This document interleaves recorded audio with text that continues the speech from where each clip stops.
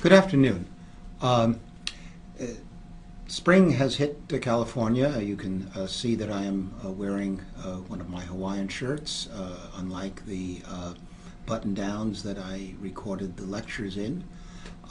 So everything's feeling good. And in this video, I'd like to discuss a few questions that have arisen in the discussion forum and that I think may represent common misconceptions. First, I want to remind everyone to be aware of the types of things that we discuss, strings versus characters, and so on. Then I want to point out a subtle difference between an automaton accepting a string and accepting a language. And finally, there are a few interesting edge effects that we need to understand. You may have heard of the Zen koan, "What is the sound of one hand clapping?" I don't know. But here we face a harder problem. Under the sound of no hands clapping, I want to remind people what it means, for example, to compute the sum of zero integers.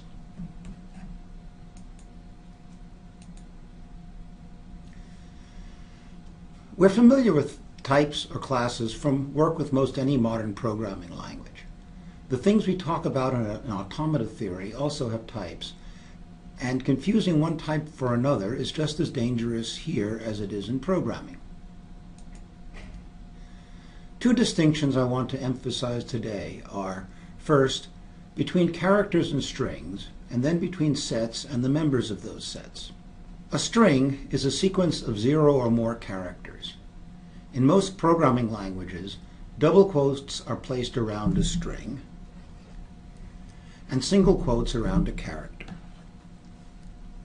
The distinction is most important when the string is of length 1, because then it looks just like a character if you don't do something like double quote it to indicate its type.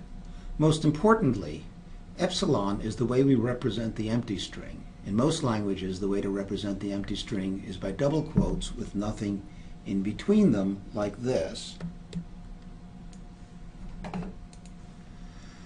And I think most confusion occurred when people noticed that in an epsilon NFA, some arcs are labeled by the string epsilon, while others are labeled by input characters or input symbols. Previously, DFAs and ordinary NFAs had all arcs labeled by characters, but epsilon is not a character, and yet we appeared to use it where you expected an input symbol, that is, a character, to appear. But there is no real problem, since a character can be coerced to be a string of length 1. It's in fact very natural in programming languages. For example, in Java, an easy way to convert characters to strings is to write the empty string concatenated with that character. Since characters are coerced to strings, the character, say 0, is converted to the string 0 and concatenated with the empty string, which leaves just the original character but converted to a string of length 1. So for an epsilon NFA, just think of the characters labeling the arcs as strings of length 1. Then you can concatenate the epsilons and characters along any path and get a string naturally. As with any kind of automaton, the sequence of labels along any path is of type string. Here's a pretty picture of a path in an epsilon NFA. It doesn't matter whether the states are distinct or if some repeat along the path. You just concatenate the labels. Epsilon, the string 0, the string 1, string epsilon again, string 0. The concatenation of these 5 strings then is the string 0, 1, 0. Now let's move on to sets and elements. Elements come in many different types, for example, integers, strings, characters, and so on. Sets can have elements as members, so for example, a language in the world of automata theory is a set of elements of type string. That is, the type of a language is set of strings.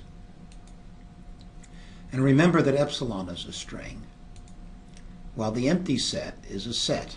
There is a notion of membership that relates a set to the members of that set. A set can have members.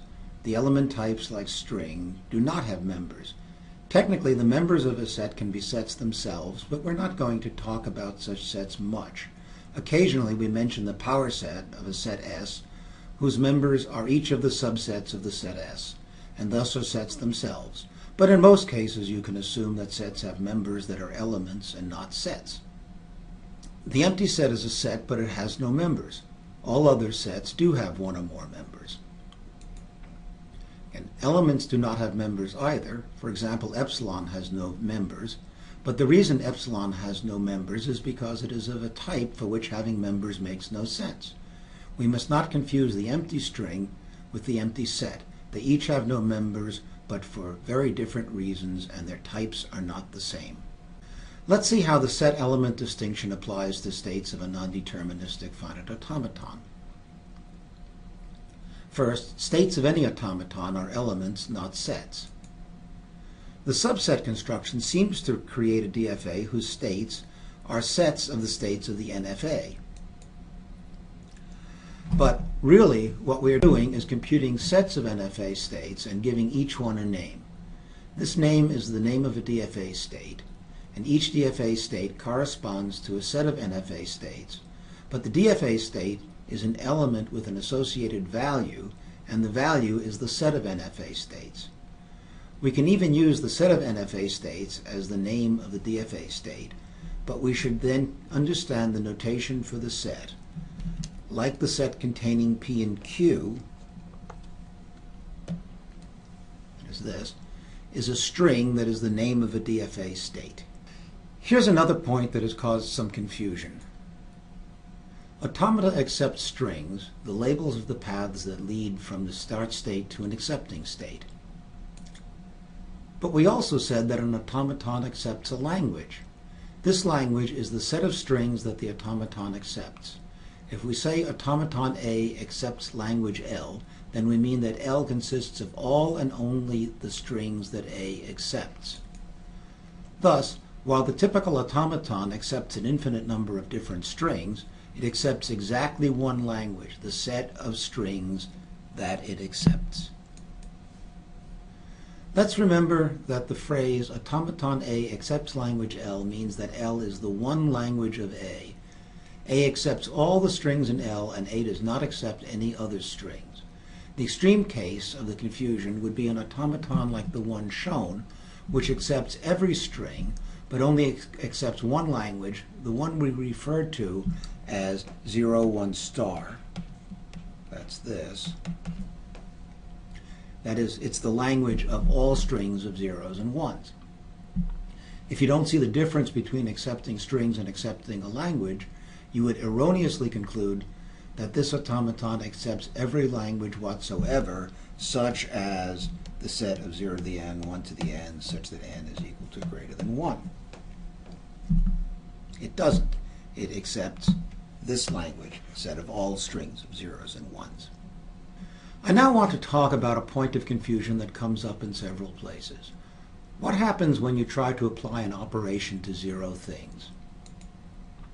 For example, we know what it means to sum 2 integers or 10 integers, but what if we are asked to sum 0 integers? Or if I have a string of zeros and ones, it makes sense to ask whether the string has an even or odd number of zeros. But what if the string is empty? So, for example, 4 plus 7 plus 3 equals 14, no problem. If I just want to sum 4 plus 7, cross out the 3, again no problem, that's 11. If I just want to sum the 4, no 7 there, fine, that sum is 4. Now, if I take the 4 away, what's left? What is its sum? I claim that in general we should take the operation applied to nothing to be the identity for that operation. For some, the identity is 0. That is, 0 plus anything is that other thing. This is a well-accepted convention. I can't prove to you that the sum of 0 things must be the identity 0, but neither have I seen a reasonable justification for any other convention, And if you have one, it would be a great topic for the discussion forum of the class. And it is natural and intuitive, as we can see, if we write the obvious code to sum the n elements of an array. Here's what the code looks like. You initialize the sum to 0, there, and then go through the array in a loop, and you go through n times. You'll get the correct sum for any n equal to or greater than 1, but what happens if n happens to be 0? If that's the case, you never execute the loop, you just jump right around it, and the sum is left at 0.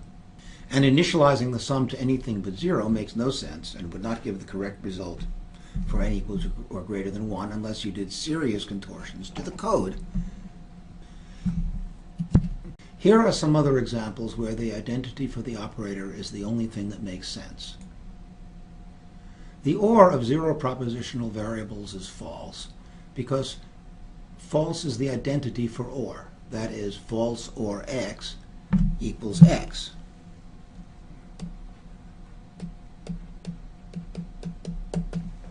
Similarly, the AND of no propositions is true because true AND x equals x. The product of no integers or reals is 1 because 1 times x equals x. And if we concatenate 0 strings, we should get the empty string, since epsilon concatenated with any string x is x. As an example of why the convention for strings makes sense, look at an automaton where the start state is also an accepting state. This automaton has more to it, I just didn't draw it. There is a path from A to A that goes through no arcs. It is of length 0. In general, the string that labels a path is the concatenation of all the strings that come from the input symbols along that path. Again, remember that the characters labeling the arcs are converted to strings for concatenation. But in this case, the path has no arcs, so its label must be the concatenation of 0 strings, that is, the empty string. That's great, because it means that the empty string is accepted by this automaton. And since the automaton starts out in an accepting state before it reads any input, that makes sense. Next, let's look at the question of whether 0 is odd or even. Curiously, this question causes a great deal of disagreement. For example, I remember one day in 1973 when we had gas rationing. You could only fill up on a day whose number was even if the digits on your license plate formed an even number, and ditto for odds. But what if your license plate had no digits, a vanity plate like lover?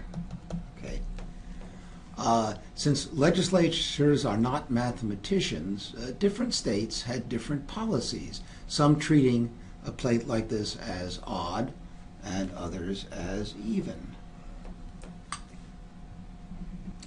But we know that 0 is even because it leaves remainder of 0 when divided by 2. That is, 0 is 2 times an integer, namely 0 in this case, plus a remainder of 0. And anything that leaves that is of the form 2 times any integer plus 0 is even. Now the empty string has 0 of every character, and 0 is even. So if we ask a question like, does the empty string contain an even number of some character like 0, the answer is yes. And if we ask whether it has an odd number of zeros, the answer is no. Okay, and here's a bonus answer. Okay, few people actually use automaton and automata correctly. Let's learn to be pedants and use them right. Okay, automaton is a singular noun and it's plural, and a regular plural because of its Greek origin is automata. One automaton, 2 automata. But it gets worse. Okay, everybody says automata theory, never the singular form automaton theory. But other theories use a singular form of the noun that describes what they are about. For example, physicists talk about string theory or quantum theory, never strings theory or quantums theory. Well, that should be quanta theory anyway, since quantum is another irregular plural. And Don't ask me why. Anyway, see you in class.